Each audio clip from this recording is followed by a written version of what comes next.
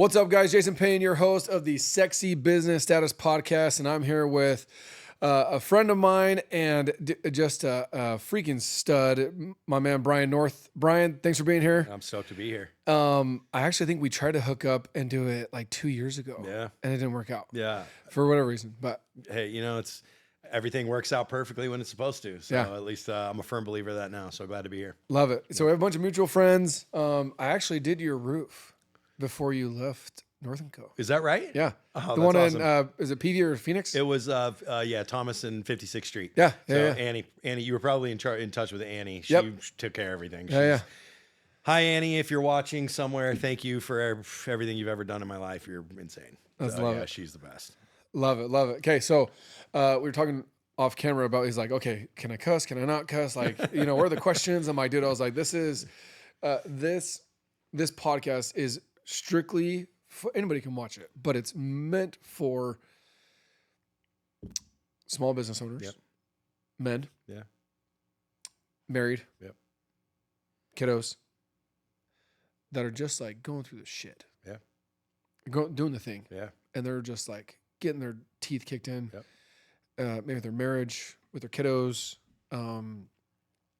got divorced, getting divorced, struggling, they don't know how to spell P&L. Yep. They're doing their first million or whatever.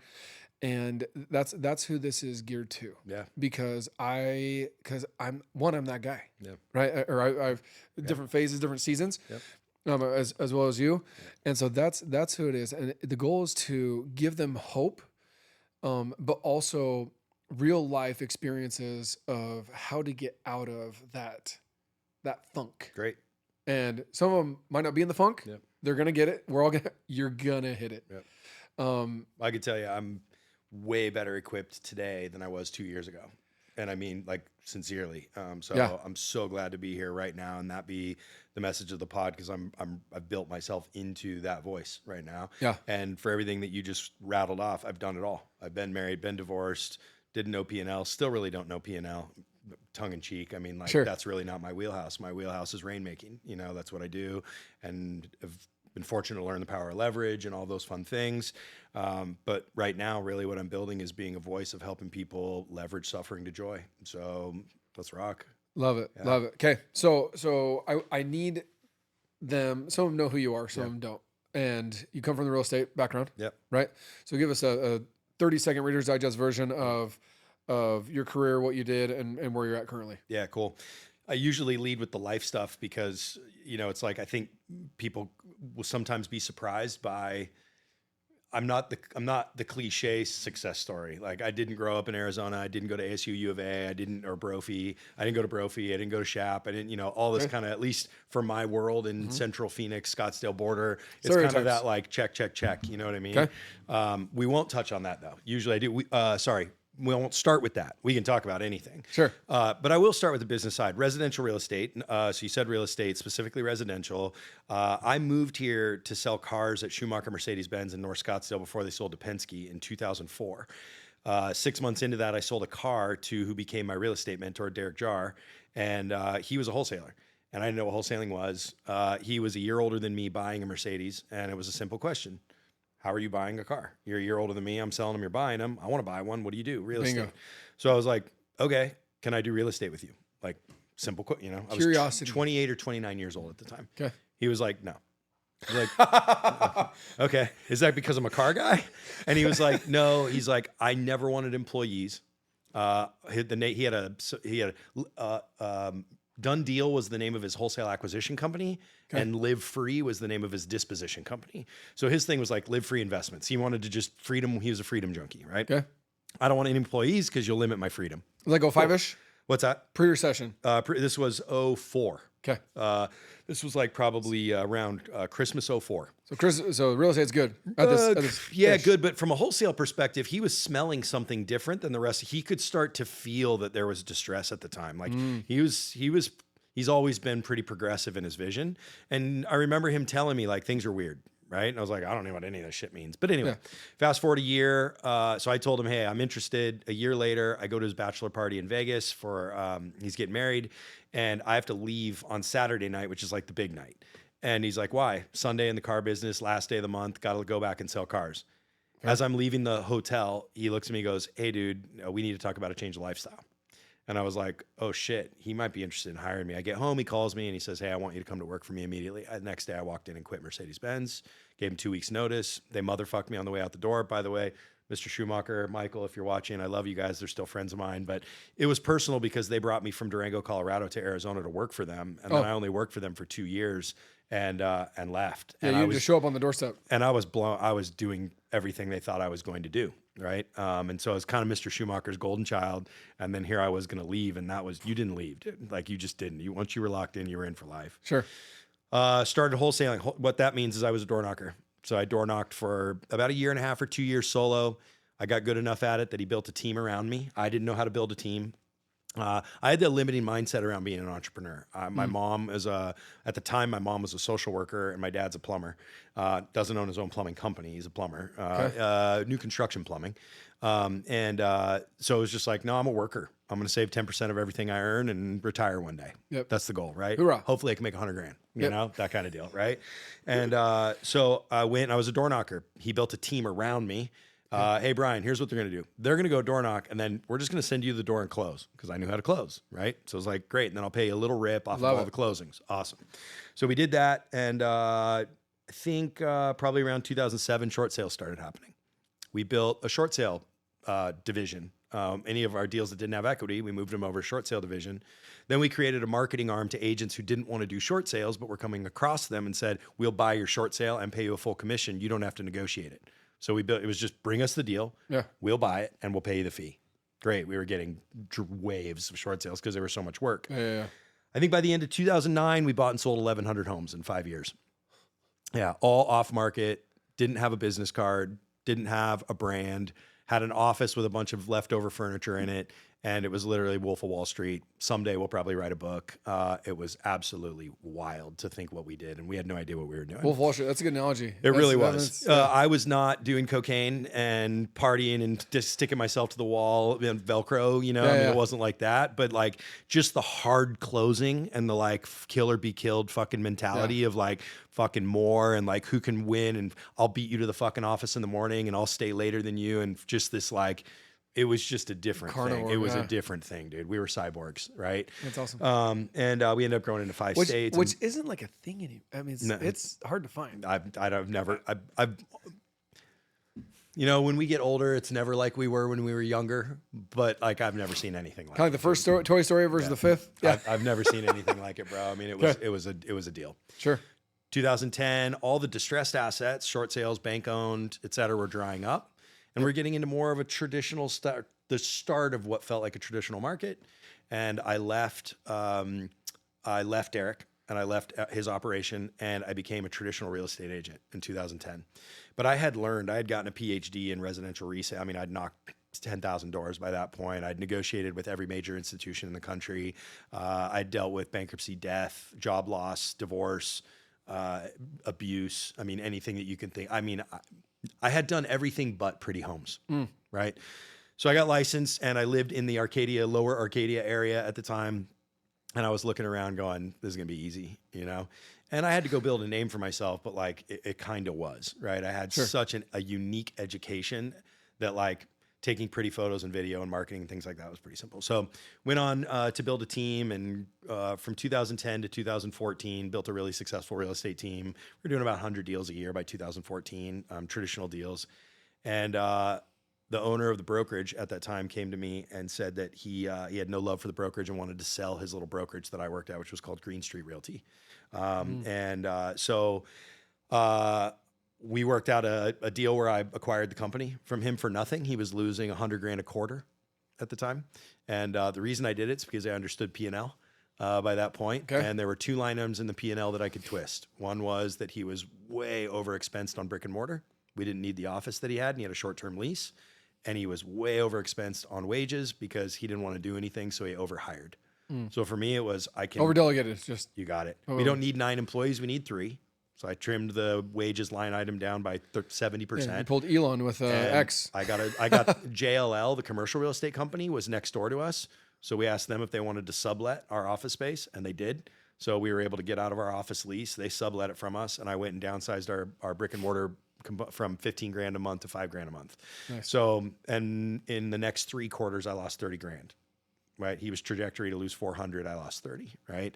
Which great move. And by the way, I paid 20 grand for the company. So, Good deal. yeah. So we're in good shape. Opportunity. You got it. December of 2015, I rebranded it to a company called North & Co. And over the next 8 years, we became the #1 independent brokerage by volume. We had 300 agents. We were doing about, I think our biggest year was 1,800 transactions, 1.4 billion in sales. Probably the thing I'm most excited about, we made 173 million in commissions for our agents in 8 years. And that was a big deal. I mean, to think back to being a guy who wanted to make 100 grand, to say that, we helped 14,000 homeowners and made 173 million in commissions in 8 years. And then I sold the company in 24. And now I'm involved in some development stuff and building I don't like the word coaching. I'm a guide for people who are burnt out and they thought fancy shit was going to make them happy and realized it didn't. And now what? And that's where I'm here for. That should be your coaching program. Now what? Yeah. Now what coaching? It's called is that? anti-victim. Anti-victim. Anti-victim. Yep. We can roll with that word. Anything you do. We can roll with that word. Yep. Woo! So talking about trigger words right there. Yep. Oh man. You got it. Love it. Okay. So I need to know where to start here with that. You've said that more than once. Not exactly like that. I usually start with like I said, the personal stuff. I mean, I don't know, man. I could feel the energy in my body igniting as you were talking about what you are doing with this pod. So like, in my mind, if you could see the movie that was playing in my mind as I went through what I just shared with you, it was like I was seeing like my ex-wife at the time and my young kids, and I remember it was 2007, around January, February, it was probably around March, because it was when I found out I was pregnant with my first child, who was born in October of 2007. We probably had about 600 grand in debt. And that included 60 or 70 grand in student loans, 60 or 70 grand in credit cards. I had 2 rental properties that at that point now had depreciated 50%. Jeez. I was funding negative debt service on credit cards, and I think I had $800. Yeah, and I just found out I was pregnant, and I went home and I was like, "Hey, we've got 2 weeks, and I'm going to call Mr. Schumacher and tell him I'm going to come back to Mercedes-Benz." And she was like, "Look, we made it this far. Like, you just tell me what we got to do." And I think like in the next 8 or 9 days, I got a deal in escrow that paid me 60 grand.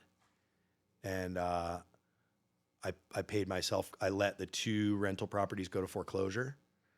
Not a proudest moment, but it was the right financial decision for my family. Sure. And paid off our credit cards and got close to paying off our student loans in that year, and built up probably a 3-month war chest of expenses, and the rest is history.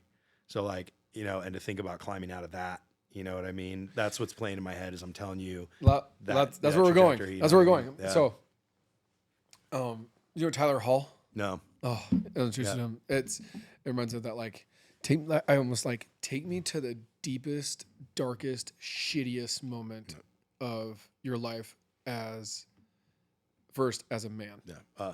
Definitely that was not it. That was a pretty cool moment, actually. It's like when if you're going to burn the boats, you know what I mean, and go for it. Like, that was a moment where you're like, I can't swim back to shore. I mean, I could have, which was Schumacher. Yeah. I mean, I was going to live, but I was going to have my tail between my legs and like, you know what I mean? It's a plan B. It's a shitty plan B. You got it. But But yeah, it's probably my wife, because I go do not disturb, and there's only one person that could sneak through.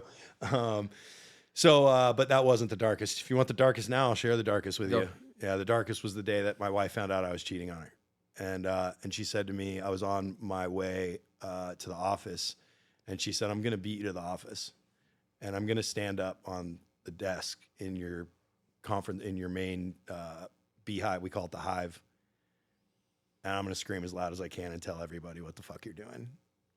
So either come to the office right now if you want to see me do it, or don't, and go hide like you've been hiding and like you've been lying." And I surrendered. I was like, I deserve it. Whatever's going to happen right now, this is it. This is where the rubber meets the road. This is where it all happens. I knew this could happen. I knew I was making wrong. I knew I was doing something wrong. Is So it fair to say like not if but when you get caught?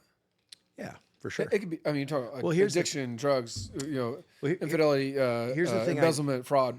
It's like you're not gonna. I've never met anybody that's done it forever and didn't get caught. Yeah, Right? here's the thing.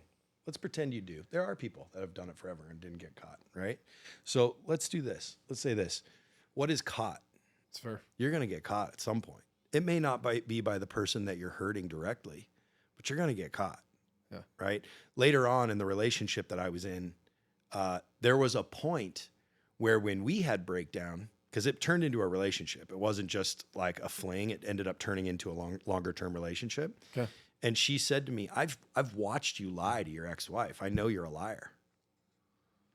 Well, so all of a sudden now, like the root or the foundation of the relationship was built on lies. And now I'm being challenged again with the behavior that she was witness to. You know what I mean? And I could point the finger and say, well, you were involved too. Sure. Back to victim. You know what I mean? I was making my own decisions, but you're going to get caught. It just might not be that you have to face the music with the person you were hurting. But if you have a conscience, if you're awake to the world, you're going to have to face the guy in the mirror, right? Period. End of story. And that's where you get caught. The day that you realize there will be a day of reckoning if you're not a narcissistic pig. You know what I mean? Yeah. And when that day of reckoning comes and you have to realize, A, why did I do it? And what am I learning from this? And am I up for the game of reprogramming myself? Because something allowed me to do that. And I've got to go dig really deep inside and figure out why I was willing to do something I knew was wrong when I knew it was wrong. Yeah. And is it fair to say that like that day when she called you out on it in the hive and all that stuff, was it there and when you went back to your house, your room, whatever, and so David Goggins, right? Men in the Mirror. Yeah. Like, and you had to go look at yourself and you hit that like, okay, because it's the best part about the Men in the Mirror is that like your ex isn't behind you. Yeah. And your kids are 2 kids? Two Boys. Mm-hmm. I have bonus daughter now. Bonus daughter. Okay. Yeah. I have 6. So 3 and 3. Yep. But like, it's that mirror because you have to live with that. You have to live with Brian forever. Totally. You don't have to live with another one forever. Yeah. And your kids could like, you can never see your kids again. Totally. Right. But like, you can't not wake up in the mirror or wake up and like see yourself in the mirror. You can't outrun that guy. You can't. Period. So I think that's like I said, I think that's the version of caught that we think it's like my boss is going to catch me. My wife is going to catch me. My parents are going to catch me. Sure. Or someone, the IRS, right? The police, whatever. But like, it's more of humbling yourself to know that like that mirror, it's you. Totally. Right. And that's where the deconstruction process begins.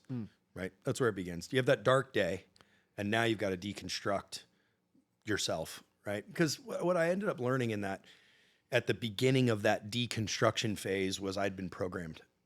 We all have.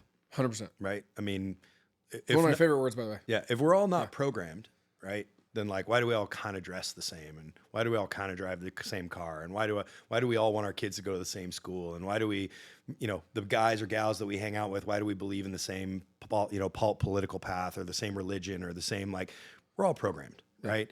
And for me, it was like, okay, somewhere in that programming, I believed a truth that got me to the way that I make decisions or the way that I think through things. And when I started deconstructing that, I had to go through this phase of like, I was really angry at my programming, right? Not as a victim, but just like that I let it happen. Like, holy shit, how did I not realize sooner that I was allowing myself to be programmed, right?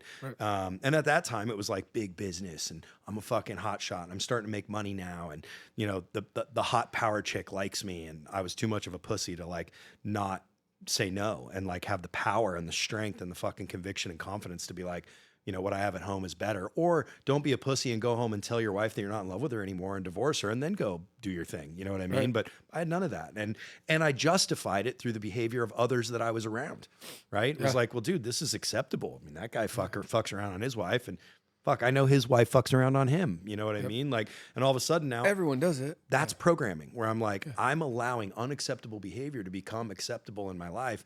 And then it got deeper. Then it was like, okay, what's my spiritual programming? And then it was like, once you start to, and then you get to where all the pieces are broken out on the table and you're like, okay, which ones do I want to keep?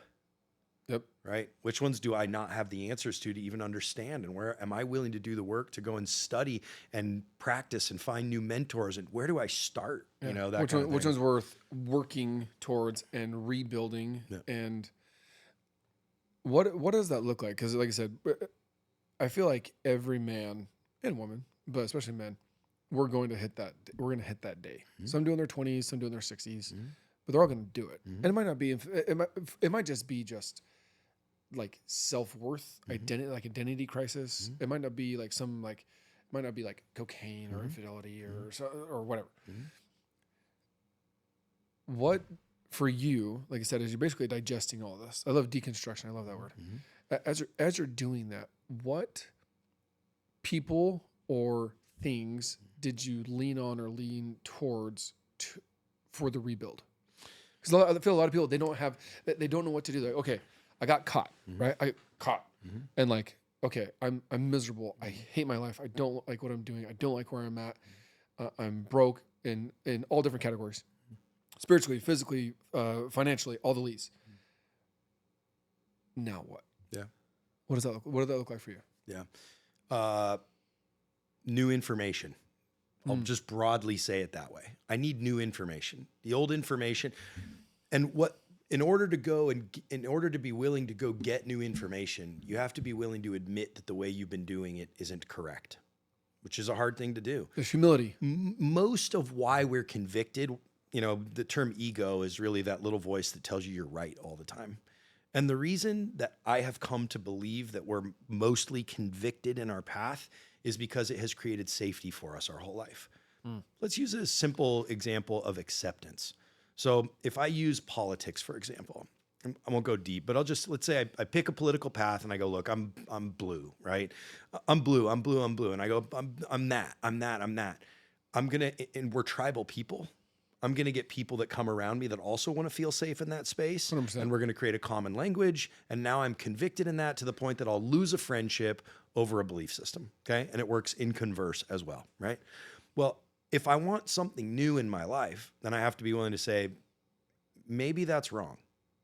Maybe it's not, but I have to go seek new information. That was the first thing. It was just that rudimentary. And it started with some books. Is the word curiosity? It's a huge one. And what's so cool about that word is that the first person that I went to, his podcast is called Curious Questions with Ricky Williams. Okay. He's become my best friend. He married my wife and I, football player, Ricky Williams, Heisman Trophy, winning running back, et cetera, et cetera. Ricky, we became friends very organically, and our friendship I packed all my shit in the back of my car, and I was going to drive up the coast to Santa Cruz and surf for 2 weeks. Just stop wherever. I was going to sleep in the back of my car, and this was in 2020, I think. So it's 7 years ago. And a buddy of mine had said, hey, I think you and Ricky would really get along really well. He knew him. He was helping him with a business venture, whatnot.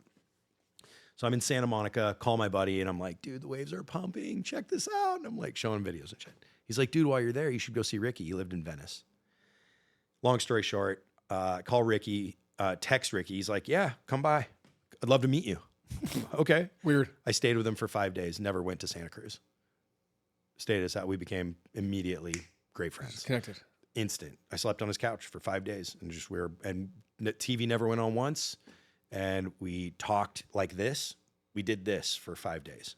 He's a very, very, very intensely intentional human being.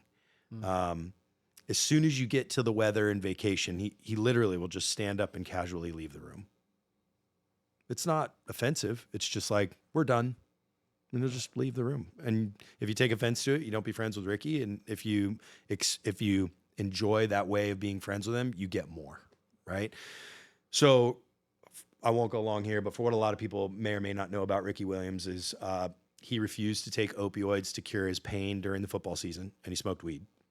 At the time, it was illegal to smoke weed in the NFL, and they banned him and banned him and banned him. And he said, you guys don't understand. I'm watching you guys create addiction with all of my teammates. Sure. I've got another path. I'm telling you, he's gone to school for Eastern medicine, organics, whatnot. They ended up kicking him out of the NFL. They said, you got to make a choice. You either stop smoking weed or you have to leave the NFL. And he'll tell you the story about picking up the phone and calling and walking away from his identity, which was arguably the greatest college running back of all time, on his way to being a great NFL running back. And he literally just left his identity on the table. And he went on a walkabout in Australia for 4 months. He lived in an ashram in India. We're talking about a guy who just left his identity on the table. So much so, fast forward 2 years ago, he changed his name to his wife's last name.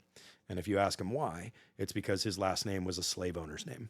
So this is a guy who just consistently is walking into the unknown version of himself. Who am I going to start with? That guy. I want to start with that guy. Like, what the fuck do I do next? Like, here I am. Here, I'm going to pour out I'm going to come to confession with you. By the way, he's an NFL football player. Good looking dude. One of the greats of all time. He's made a couple mistakes. Okay. Sure. So I'm going to come to confession with you and tell you, and then I'm going to ask you, what should I do next? And his answer was, sit still. That was it. And I was like, no, really? And he was like, really? Everything you've been doing in your life, trying to make money, knocking more doors, building a team, building this, chicks, drugs, fucking sex, all the cars, watch, all the shit. Sure. You're just trying to make noise because you don't want to deal with the shit that you need to deal with. And until you'll sit there and get quiet and let the demons come up, you're not going to be able to fix anything. And I was like, dude, but I need to make money for my family. And the story goes on. I'll leave you with this anecdote there, and then we can dig in a little further if you want to go another direction.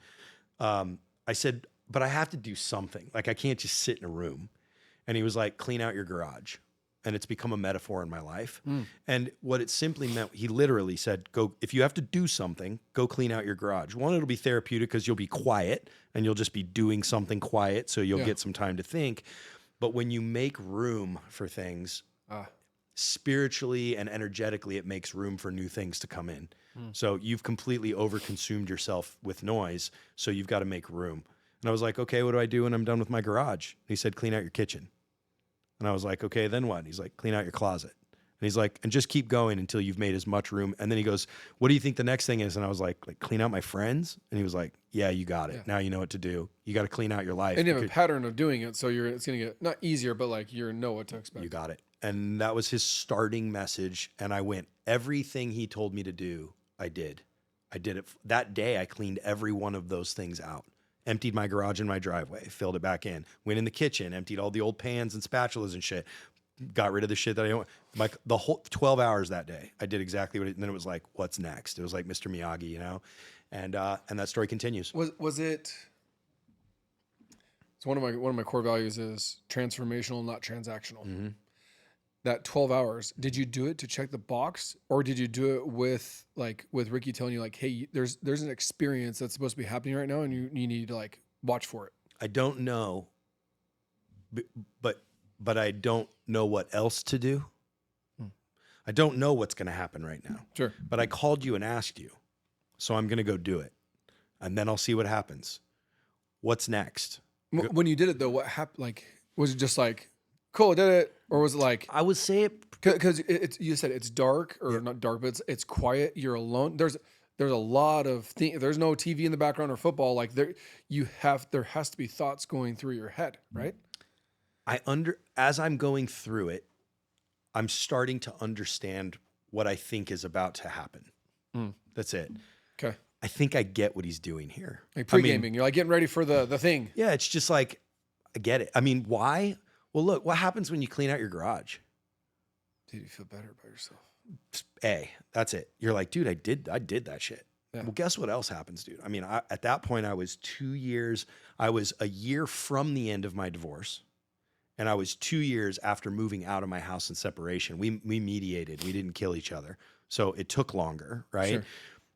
I found pictures I hadn't seen in a long time. I found letters that I hadn't read or seen in a long time. I found an old baseball glove. I found an old snowboard. So I'm going through plenty of emotions just surfacing. Yes. And I'm getting rid of stuff. Like, dude, that's an ugly thing. I need to get rid of that. I probably should get rid of this, but I want to hold on to it a little longer. Damn, I remember when I was that guy. Like, you know, so I'm feeling what's happening. Now, you say, okay, cool, dude. Like, how long did it take then to get to where like you were on the other side of the darkest day of your life? 5 years. Love it. I mean, it wasn't, it wasn't like 2 months later, I was like, oh man, I'm feeling better about myself. So those listening and those watching, I want you guys to understand, like 5 years, and I need to backtrack just a little bit because Dory, my COO, you need to talk to her after. Cool. She just went to Europe for 3 weeks. Love it. So you'll be able to Yeah. all the. I'm a Arizona, Mexico, California guy. Like that's I'm like. Traveling's never been really my thing. Maybe it will be one day, but like I have 6 kids. I just like I'll show you a couple pictures when we're done. You'll get, you'll get that. it'll be there. And I don't like being in a plane for more than 5 hours. Like if it's past Florida, I'm like I'm out. Yeah, But you can afford first class, so you know, you can. It's different when you can go to bed. take a nap. Yeah. I'm gonna talk you out of Not it. not hook arms with a guy next to me. Yeah. So she said something. You said 5 years. Dory, when she was in Europe, she said you could tell who an American was because they were attached to their phone, and everything there is slower. They would like enjoy a cup of coffee, Totally. not grab a Starbucks in the drive-thru on my way to the office to the Hive, right? And it really shocked me of like we are programmed, especially in the United States, because I don't know anything else other than that. But at least here, it doesn't matter what state you're in. Go to New York, Texas, California, here. Like we're programmed for speed, like instant gratification. We want things now. We want to do it now. We're checking boxes, like on to the next thing instead of enjoying that cup of coffee, instead of enjoying that conversation. What if every conversation was a podcast? It was like like Ricky, an intensely intentional conversation. Compared to like Americans, it's surface level shit. 90% of it, right?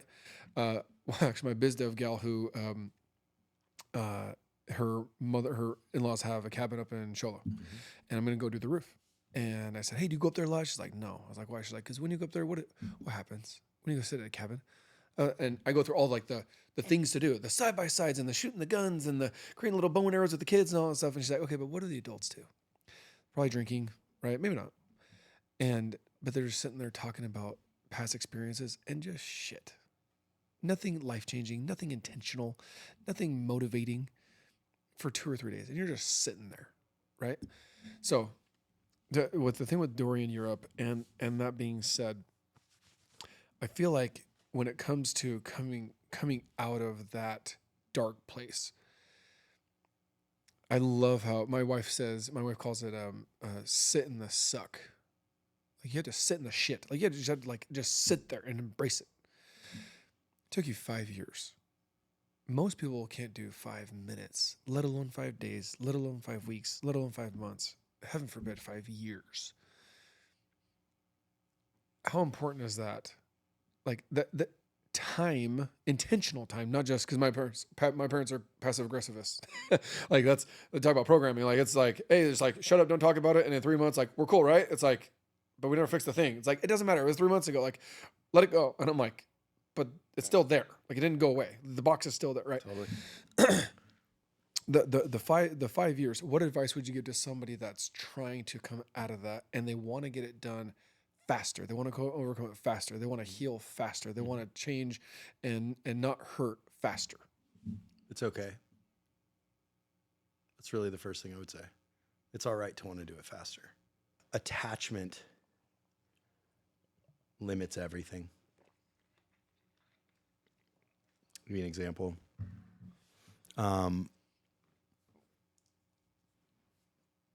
My mom used to say she was going to go back to college and get a law degree when we were done with high school. Right? So she had a dream, a vision for something for herself. And her attachment to the time when she could do it. I can only do it when you guys are done with school. The people, me and my sister, I've got to make you better before I can make myself better. And the thing, her degree, were all attachments. Right? Could she have been attached? Could she have mid-stride pivoted to, I want to be a leather smith? Yeah. Could she have decided that she was going to go when we got to middle school? Yeah, we were self-sustainable at that point. Could she have said, maybe I could barter, I'm making this up, Sure. Babysitter time when I go to school with somebody else I could add some value to? Her attachment to that ideal that she said over and over and over again made it so that she never did it, right? It gave her something exciting to think about, but the attachment limited her ability to do it. If somebody wants to heal faster, it will limit their ability to achieve it. It's an attachment to time, right? As soon as you can genuinely detach from time, and the best example I can give you of detaching for time is I had a deal last November, that I was 2 days away from inking a deal that would have paid me 600 plus grand. Okay. One deal would have been the biggest deal of my life. We couldn't get the deal done because of furniture. Now, keep in mind, it was like 400 grand worth of furniture. So you'd be like, well, dude, when you're getting 600 grand, like you can fix that problem with 600 grand. We had such a stalemate between a buyer and a seller that I could have given up 400 grand and made 200 grand. And you'd be like, anyone watching would be like, do that fucking deal, do that deal, right? Whether you need Like, the money or not, like 200 G's, 200 make G's. your 200 grand. And by the time it all whittled itself down, there was nothing left except for a bunch of liability. And I won't bore you guys with the story. It made sense. We couldn't get the deal. By the way, all that really happened was my buyer quit on principle. Okay. 600 grand metaphorically vanished. Okay. 2 days later, I got another deal and I was in escrow for more than 500 grand. Now, if I would have attached myself to the loss and it took me 20 years to get to a place where I could make 600 grand on a deal and completely attached myself to that, how would I have been emotionally equipped to go and be ready for the next opportunity when it showed itself? I wouldn't have been, right? But it was like, it wasn't supposed to go down. And the antidote for it wasn't supposed to go down is I did my best.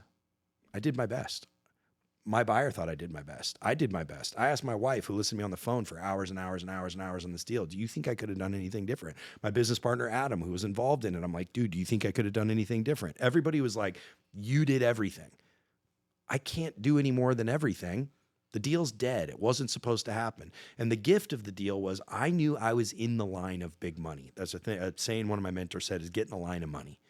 If I'm in a deal where I can make 600 grand today and I lose it, can I wake up tomorrow and get in the line of money and get in the line of a deal? I make 600 grand again? Yeah. Absolutely. Unattach from the loss and get open again to the opportunities that are going to come. 2 days later, I'm in the line of money again on a deal. And we're talking about these deals there's 10 of these a year that happen in the state, Sure. maybe 8 of them, you know what I mean? So here I am in Unicorn. here I'm in another one, right? And by the way, unicorns that didn't happen 2 years ago. This is a very new thing. And I'm right back in it. So I'm trying to give these metaphors to help anyone who wants to heal faster. My point of the deal cycle is that when you let go of time, if you say, I want to be better in a year, the limitation is that if you feel like you're tracking for 18 months, but you set a timeline horizon of a year, you're going to be let down, right? But if you just let go, you could heal in 6 months. Does it make sense? Yeah. Let 100%. go of time. 5 years for me was just right.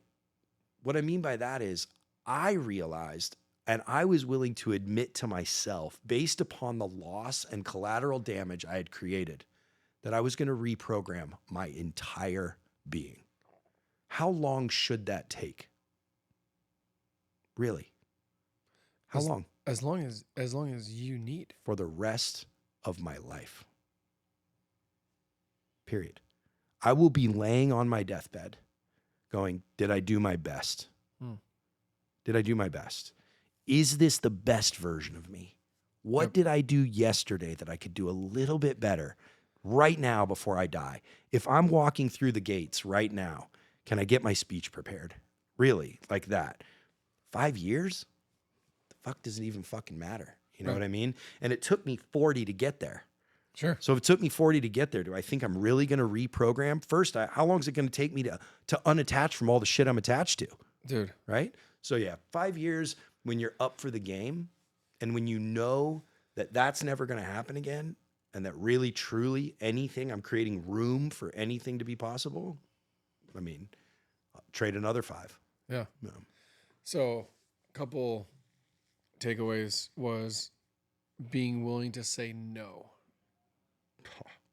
or walk away. In this case, walk away from the deal. No, you're spot on. I mean, early in the first 2 years, I actually read Warren Buffett, Steve Jobs, and there was a third one, have great quotes about no. It's either Warren Buffett or Steve Jobs. They asked him, "What are you most proud of?" And he said, "Every time I said no." That was his answer, right? I mean, I didn't understand. That's a power. That's a very powerful, Bro. It's skill. because, well, no asserts that you're going to lose something. Hey, you want to hang out tonight? No. What's the potential loss? If I say it 7 times to that same person in a row, what most likely is going to happen? They're going to stop calling me. Right. Okay. Yeah. I have to be okay with that loss. Why would I do that? Because either they're not getting me to where I'm going, they're not on the path. Yeah. You know, you are who you hang around. There's a myriad of things. I have other things I'm up to right now that are more important. Sure. Sorry, it has nothing to do with you. And when you start making those decisions, you find out who the real ones are. Yeah. You know, I have friends. There's one specifically, Ryan Madrid. I'll just say it out loud. That just, when I started saying no, because it was for us, you know, the most common source of our friendship was social, right? And when I started saying no to social, I thought for sure, like, we just probably it might be one of those phases where we lose touch. And I swear he showed up more. And we just he realized what I was up to, like whether it was intuitive or literal. And he would just shoot me a text and say, "What's up?" or send me a funny meme on social, but he almost ratcheted up his frequency of touches. We didn't spend as much time together. And I ended up telling him one time, like, "Dude, I feel like you realized that I updated our friendship, but I didn't tell you. And then you came to the party." And like the big one was, he'd be like, "Hey, I know you're not going to go out after 9, but if you want to meet me for a happy hour and have a beer, let's meet up." And it was like by the nature of my movement and action, the real ones came to my party, Sure. if that makes sense, you know? Yeah. So yeah. And I'll start with friendships and the no, but yeah, no's across the board, you know? Yeah. Yeah. Huge. Yeah. Cause I can just say it's probably, I used to be a yes man. Yeah. Oh, dude, I was the worst. Exhausting, by the way. My ex-wife Holy crap. put it as like she would tag it as like one of my worst character traits. Yeah. And it's not a flex, by the way. Yeah. I used to, and maybe society makes it look like it that way or program that way, but like say yes, like do all the things, say yes to everything. And I'm like, there's mega power in saying no. As a human, it's a sign of weakness, in my opinion. And as an entrepreneur, it's bad business. Yeah. Because like the however many year old saying, like, if you try and be everything to everyone, you'll be nothing to nobody. Totally. Right. Yeah. Another takeaway from that little last bit was, you might know him, you might not. You're one of his inspirations. Is my best friend and my business partner on my coaching side, Nicholas Trevelyan. We have met. Where do we meet? Yes. So his company is called Go Sold Realty, or was. He sold it. He lives in San Diego now, but he did 2,500 transactions and all that stuff. So he knows who you are. Yep. But one of his favorite quotes that I steal all the time and I use and I love it is, "Give yourself permission." No. Yeah. You said, like, get in the way of money. Give yourself permission to get in the way of money. I feel via programming that a lot of us were like, here's your MLDS, right? You're in this bubble. Like, I freaking hate the LDS bubble. It drives me nuts because of the labeling and the stereotypes and all the shit that comes with it. I hate it to where, like, I almost like am anti that, to where, like, the people that are in my skill program that come to, like, my stuff, my events and whatnot, it's all because I'm relatable. It's like, dude, it's like, I tell people, I'm like, you want me to be the bishop? I'll be the bishop, but if I drop the F-bomb from the pulpit, like, you got to be okay with that. If you're okay with that, I'm out. Right? Because I'm not going to change who I am from this podcast studio to the bedroom to the office to the pulpit. Like, dude, I'm the same cat. And it's like, and I'm okay. And it some people aren't okay with that and they can't be that guy. And there's a lot of scrutiny and a lot of shit that comes at it with, and a lot of disfellowship from friends, community, church, whatever. And I'm just like, I love it now. Yeah. And like, You love I love being myself, Sure. and people have to be okay with it, or they can fuck off and go away. Totally. And people at church, they'll be like, oh, like, and I guarantee you, It's right? threatening. Yes. It's threatening for people. I guarantee you, some people are like, hey, like, don't hang out with Jason and Heidi and their kids because like his dad cusses, Totally. right? Or his dad doesn't wear. By the way, you know, my thing is, you know, Brian's like thinks he's a guru, spiritual yogi, hippie, breathwork guy. I mean, like, you know, like he's not going to go out for drinks. He's not really like whatever. And like, if you hang out with him, it's going to be a deep conversation. Like, I just can't fucking hang out and like have a good time. And like, do you know how much time you just saved me? Yeah. You know? And you saved us both from having to lie to each other. I don't have to pretend to be somebody to get you to hang out with me. And you don't have to waste your time with me trying to get me to be someone or fake that you want to hang out with me anyway. Like, we just saved each other so much time. No problem. But it took me 5 years to get to that place. Yeah. And it was a very distinct decision, but you're right. So I'm not going to go on my part, but mine was about, my rock bottom was about 3 years ago, and it took me a solid 2.5 to get through it. Almost got divorced. I say this word, most people think of like men to young boys when I say the word grooming. I think grooming and programming are a lot of synonyms there. Sure. And not in the sexual, like, you know, part of it, but the grooming of, I had a business partner on my coaching program, and the grooming, it wasn't this big hoorah thing, but little by little, your wife is a victim. Your wife is selfish. Your wife is not helping you accomplish your goals. Your wife is not a good person. Your wife is whining and complaining. Your wife, whoa.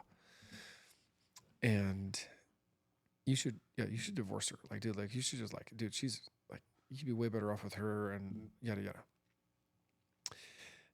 For about 18 months. And he started doing that with my roofing company. The only thing that I have, right? All my eggs in one basket type deal. And he's like, dude, like, stop doing it. Go in with me. Get rid of this. Sell this. I almost sold it for nothing. To go all in on this, on his dream, and that became my dream. But I was like, but he wanted me to give up not two most important things, but no, my most important thing being my wife, but like, and my biggest asset. And like, I hit rock bottom, right? I remember standing in the closet, like sliding doors with mirrors. And my wife was in the closet. I was in the bathroom, and she's like, you either pick me and your kids and our lifestyle, or you pick him. And she's like, I'm cool either way. I learned to live by myself, and just let me know. But it is an ultimatum. Like, just pick it, because they're giving you multiple chances. This isn't like a, and I'm done. So let me know what you want to do, and I will react and go from there. Oh man. And I've gone to therapy every single Monday at 10 a.m. for 2.5 years. Yeah, I did probably a little over a year. I mean, it was a 52, I think she would tell you it was a 12-week program that turned into a 52-week program for me, with an amazing therapist named Kathleen Thorin. She's become a great friend of mine. And I mean, for anybody listening, I mean, men especially, call it what you want: counseling, therapy, coach, guide, teacher. Go talk to someone. We're taught to keep it inside. We're taught to shut the fuck up and keep moving. And what Kathleen did for me, and I needed someone who was a tough motherfucker, and Kathleen would love that. I walked in, she's like, I don't need your business. This was my first session. I don't need your business. Just want you to know that I'm good financially. I don't want to keep you here. So I'm not going to just try and create a recurring relationship between us. And I'm going to challenge you. And if you're not willing to be challenged, then this isn't the room for you. And I was like, this is the room for me. Let's go. That was it. Game time. Yeah. No, man, I'm glad you're on the other side. Oh, dude, I've never felt better physically, mentally, spiritually, financially, all the leads. And it's been, but like I said, but dude, man in the mirror. Yeah, that's it. Owning that. So two questions before I let you go. One is, what advice, we've kind of already brought up and talked about it, but what advice, someone that's listening, that they said 5 years, you sold your business, you got your wife, your kiddos doing the thing. Mhm. What advice would you give that person that's going through it right now? Mm-hmm. And you already mentioned it, but like, I don't want to say hope. Mm-hmm. What? Because I hate on the business side, on the business coaching, right? All the motivational stuff. Like I love Ed Milet, but there's never been an actionable item of like how to do the thing with those guys, right? The motivational stuff. I'm like, dude, the motivation, like it's great, but like just like Ricky Williams, here, go do this. Go clean out your closet. He didn't say go. He did say sit and shut up, which is also that's an actionable item, Mm-hmm. which is 10 times harder than cleaning out your closet or your garage. But like, I don't believe. I hate when people get up on stage or a podcast or whatever, and they're just like, I'm motivated and I'm inspired. And I'm like, that doesn't fucking do anything. I hit to a point where I hate it. I'm sure a lot of people right now are moved from this podcast. I love it. Now what? So like what actionable items would you give to them as married man, kiddos, business, to continue, just like I said. So one of my shirts I have is become the best version of yourself, reach your true potential. What actionable items have you learned that you do daily, weekly, monthly basis that they can implement into their life to become a better man of God, to become a better spouse, become a better parent? Yep. One of the first things that I did is I call it my list of importance, your hierarchical life structure. Okay. It usually surprises people, but this is where I started. It was God, then me, then my wife, then my kids, and then everybody after that in order. And everybody goes, especially moms, if we get some moms watching, are like, you put yourself before your kids, right? What? I think most people would be like, if maybe God, they'd probably be like, my kids, and then my wife. And then I'm like, no, I have a very, business. I have a very distinct reason for that order. I mean, I can't do anything without God. Period. End of story.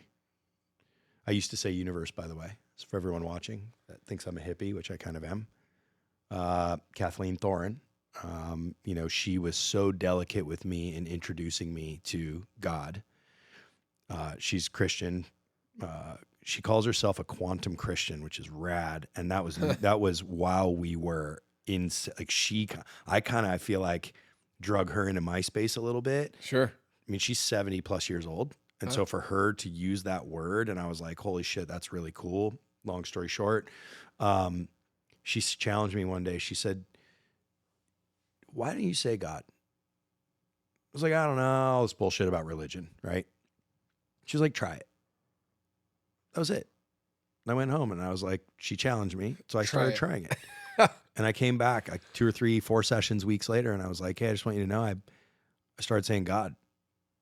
She's like, how does it feel? I was like, different. She was like, yeah, it's personal. And I was like, oh, such a simple wake up for me. Just like, it was like the universe is a safe word. And I believe in the universe. I do. Energetically, quantumly. I won't bore you guys with that. I do. When I started saying God, it created a personal relationship. And that began my walk toward God. The second thing is that if my wife and my kids are as important as I say they do, and if I were even willing to consider to put them above me in the hierarchical structure, then don't I have to be my best before I can be good for them? 100%. Well, if I put them before me, then aren't I a depleted version of myself? So I need to be closest to God. We need to have a relationship, and we need to be fucking locked in, because if they need me, I need to be a gangster. And if I put them before me, if I'm doing everything in spite of myself, I'm not gonna do that until my kid. I'm not gonna do that for my wife. No, I'm gonna do that for when they go, hey, I need you, I'm gonna be less than my best. And so I need to be at my best. So I come first. Now, I don't come first in spite of them. Sure. I come first in a co-created way with them. Dad needs to go to the gym every day.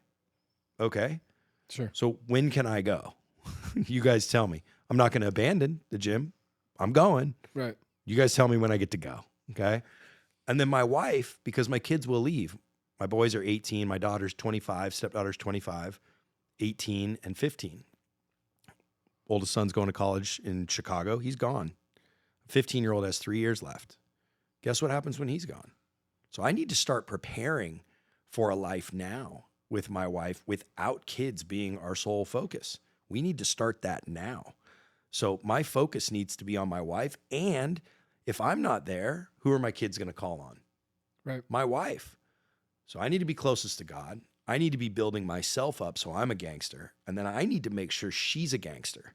Yep. And that's either leaving her alone and championing her into her growth, or supporting her when she's a supple feminine and just being there as a masculine man to create safety for her.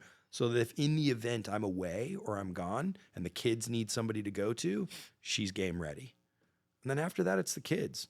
And if in that order, we're good to go. So you said, what's the first thing? That's the first thing. Okay. Now I have a really clear understanding of who needs the most attention. Who's that? You. Me. Okay. So now what needs attention in order for me to be a gangster? Okay. I could tell you that as I started to decide that, I was unhealthy. My food choices weren't awesome. I was eating better than most people in terms of food choices, but like I wasn't taking supplements. I was in my early mid 40s, never taken any supplements. I liked to trail run, wasn't consistently going to the gym. I liked cardio. I don't like going to the gym because I like nature. Bullshit excuse. I just didn't fucking want to go and lift heavy. I just didn't want to do hard shit. Sure. So I can go through health, rest. Okay? Rest is Huge. right now, my number one everything right now is I'm a sleep game player. How can I get the best sleep I can ever possibly get? Why? If I can wake up game ready, guess what? I can go do everything great. So I'm going long here, but it's really important that the first thing was I had to decide the order of operations. By the way, who was important besides God, me, my wife, and my kids? Nobody. There was no one left. After that, there's nothing that can disrupt that. So now if I'm focused on me, my wife, guess what happens now? All of a sudden I start going to the gym. What do you think my wife did? Yeah, she Started going to the gym. Yeah. No, she started going to the gym. Love it. Guess what my kids did? There's 15 and 18-year-old boys. Boom. Started going to the gym. Oh, wait. So we're all going to the gym as a family now? So what are we doing? We're getting strong together? Well, now I want to go to the gym. So guess how it changes my diet? Now all of a sudden I'm starting to lean up. So I don't want to drink. Now guess what happens to my rest? Now guess what happens to my patience? Now guess what happens to my love? Now guess what happens to my connection? Holy shit. Like everything changed. All just one. How long did it take? 5 years. But where did I start? I had to start with an order of operations. I had to start with levels of importance. And then I had to start to deconstruct and this was the next game. What is the single greatest thing? And by the way, most of us know what it is. It's nagging us. I need to eat better. I need to lose 5 pounds. I probably should only drink on the weekends. I need to exercise a little. There's that thing that just is tapping us at all times. We know what it is, right? Sure. And my thing was, what's the number one thing that I can change right now that can have the biggest effect on all the other parts of my life, right? And that one at the time for me in step one was alcohol. I wasn't an alcoholic. I was a social drinker. Wednesday night, go to dinner with friends. Thursday night, maybe a happy hour. Friday night, go to another dinner. Saturday, have a beer or two, right? Like social drinking. I knew that when I started eliminating alcohol, that would be the one thing that would affect me waking up early to exercise. It would affect my bloating. It would affect, and lo and behold, guess what happened? Attitude. Once that changed, now I got a game to play. What's the new one thing that I can change that would make the biggest effect on all the other parts of my life, right? Does this make sense? Yep. And you can go on down that line. How long is that going to take? The rest of my life, right? But the first step was that order of operations. Love it. Yep. Love it. It's kind of funny you say that because that is verbatim. I've written down, I have it on spreadsheets. Everything is you in your relationship with God, your spouse, your kids, and I say business or anyone and everyone else. And while you were saying that, like you just took me back to reversing it because what's the number? You just sold your business, right? So out of those 4 things, like anything and everything else. Okay, so if you do it, it makes sense. If you have it in that order, all those things should go away in that order. Mm. So your business, everyone else, Mm-hmm. distant family members, Mm-hmm. parents that go away, die, pass away, whatever, Yeah. right? Or just Yeah. like fizzle out of your life. And then your kids, because your kids, That's right. create their own life. That's right. And their own marriage and their own thing. And then they go away. Yep. And little side note, there's marriages like crazy that once all the kids move out, that's when there has to be, if you got a graph, I guarantee there's a graph that goes like this of when all the kids move out because they hate each other. They don't like living with each other. They can't stand each other. They hate themselves. They hate themselves.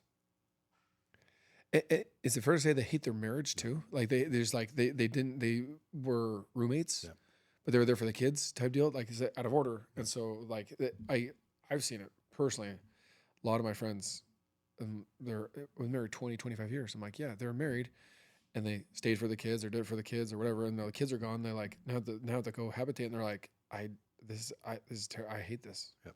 And I hate myself. And in return, like this whole like covenant thing is like garbage. Totally.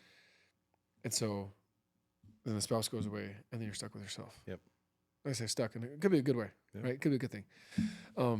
I love that. I've never. Then you're left with God. I love that awareness. That's a sick awareness. Such a cool awareness. I've never done the reverse math of that. Really cool. Because I've really cool. Can we steal that together? Yes. Did we kind of like that? Is that like a collab on a song? That was our thing. Well, because literally I was like, ask Dakota, what's my ask him right now. What's my thing? What's my thing of like, okay, cool, like dial this in. I actually think I may have stolen it from Keaton Hoskins up in Utah and in the muscle, but like you're in a relationship with God, your spouse, your kids, and then business or anyone, everything else. But like, because the first thing to go away is the business and retirement or whatever. And then your kids go and get married. And then, your spouse, maybe you get divorced or she passes away or whatever. And then it's like, but you're in a relationship with God as long as you're alive. Totally. And even then, right? Yep. Like that never goes away. Yeah. But like that has to be. Love it. It's awesome. Okay. Love it. Selfishly. Yep. So we're gonna this is for me. So post it, I don't care. But like with who you become, me watching you from back, especially the last 2 or 3 years, and this spiritual journey that Brian North is on that I've seen, that I appreciate you putting on social media, because I don't call you every week to say, hey Brian, what's up? Yeah. But I get to see it Anytime, bro, by the way. and I get to feel it. I appreciate that. Why did you come on the podcast? Because I have a pretty simple saying. When I pray, my path is I start with breath work. Breath saved my life. Literally and metaphoric. Really though, like conscious breathing saved my life. It's where I got to go. I talk about how 99.9% of humans function in outer space. We eat, sleep, breathe, live, desire, outer space. Breath work for me connected me and gave me an awareness of the exact same vastness of inner space. And when I got to go and play in that space, I really furthered a practice of breath work. When I would open my eyes, I would be emotional, literally tears in my eyes about what I was learning about inner space, which then made me want to thank God. And when I transitioned to using the word God instead of universe, I opened myself up to the idea of praying. And at the end of every prayer, because I didn't know where I was going, I didn't know how long it was going to take to heal, and I didn't care. I knew I was doing what was necessary to get where I was supposed to go. That's all.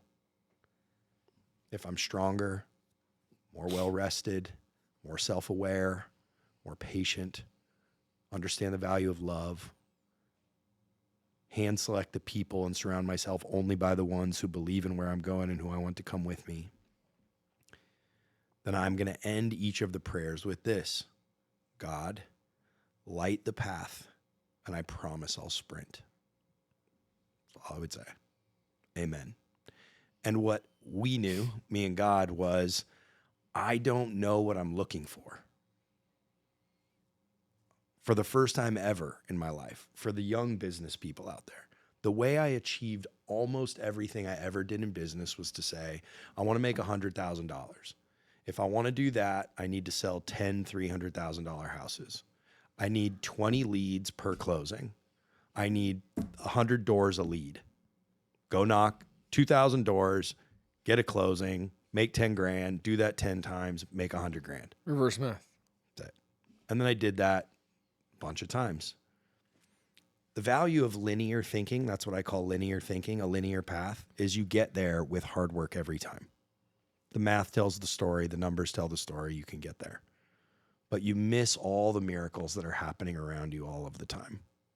So when I got to a place where I went, all of the things I created with linear thinking never made me happy, I want to open myself up to the idea that there's a bunch of miracles happening around me all the time. I just have to be awake to them and be aware to them.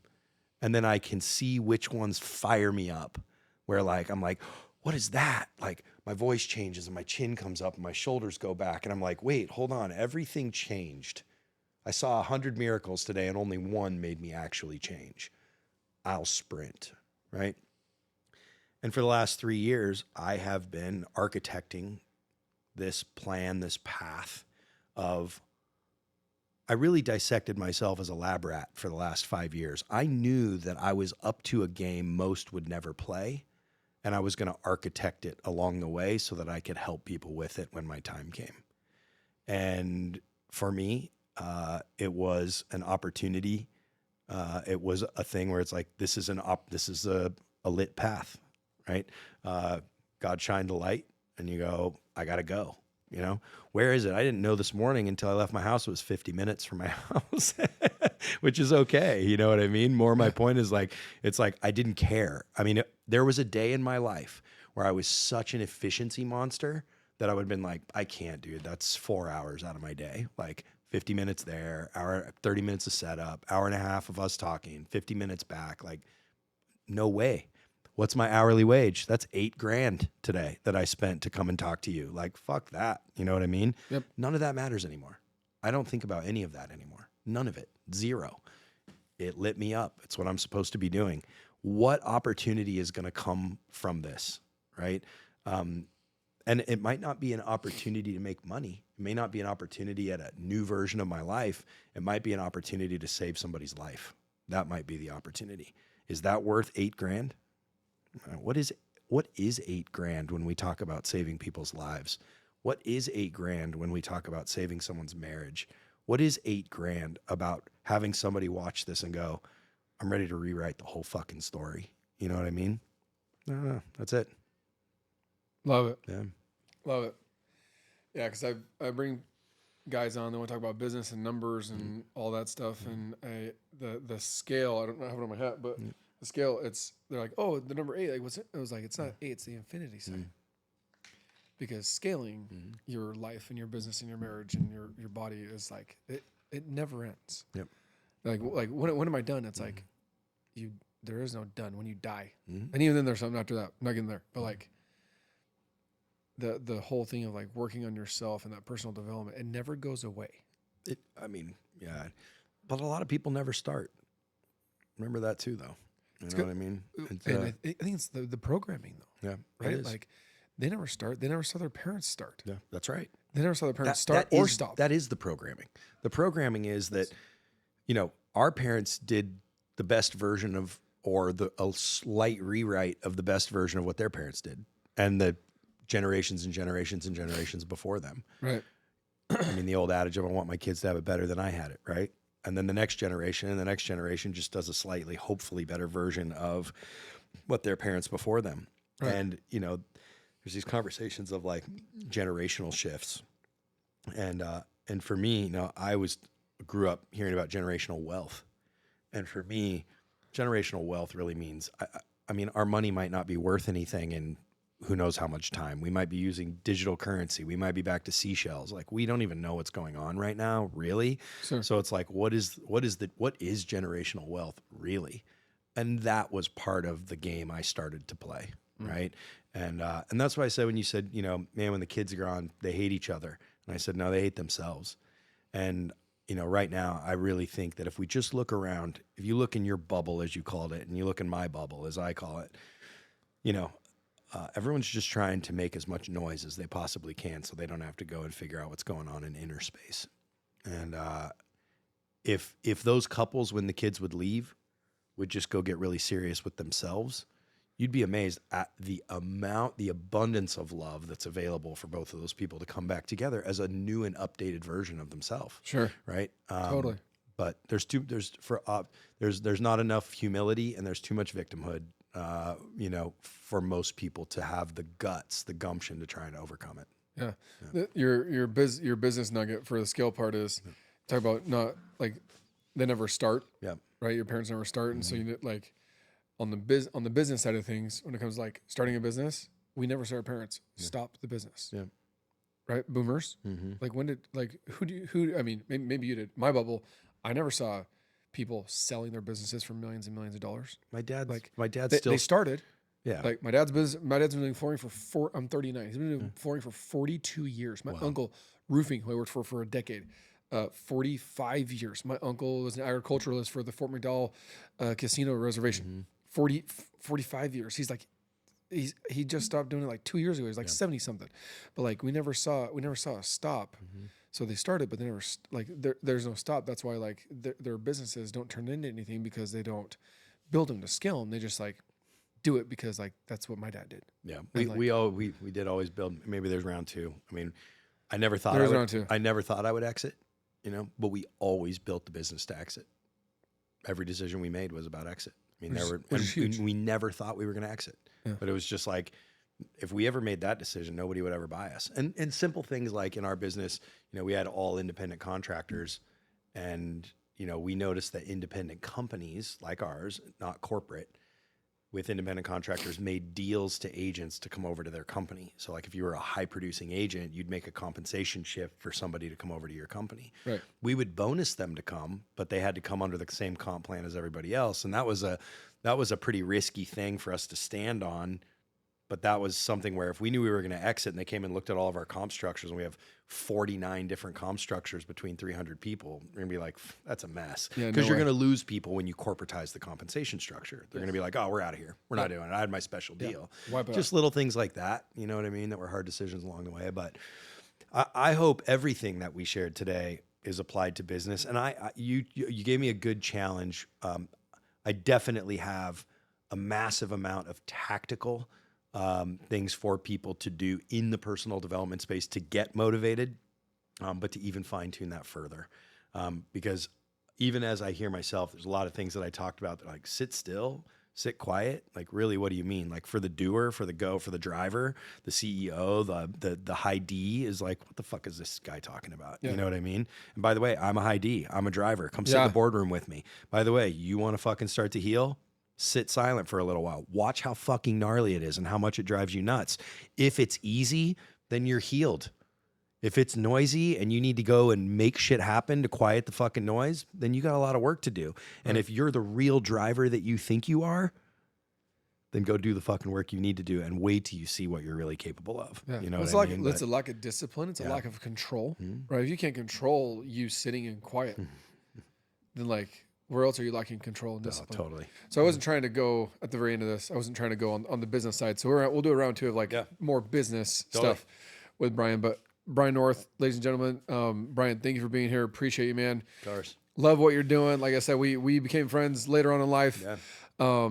But I love what you're doing. I love the path that you're on. Anything I can do or my team can do to support you in that, we're all here for it. So I will. There is something. August 21st will be our first anti-victim event, and it's going to be at the Bond, Camelback, and 6 weeks. 32nd Street, 6 weeks. More details to come, and you know, perhaps it's one of those things where it'd be good for your team, other teams of people like to come together and get some new ways of thinking, right, as a group. But nevertheless, August 21st, more to come. Love it. Love it. Brian C. North on Instagram, if anybody wants more of this fluff. More fluff. You want to see the fluff? All right. it. Appreciate it. See you You next know one. Adios.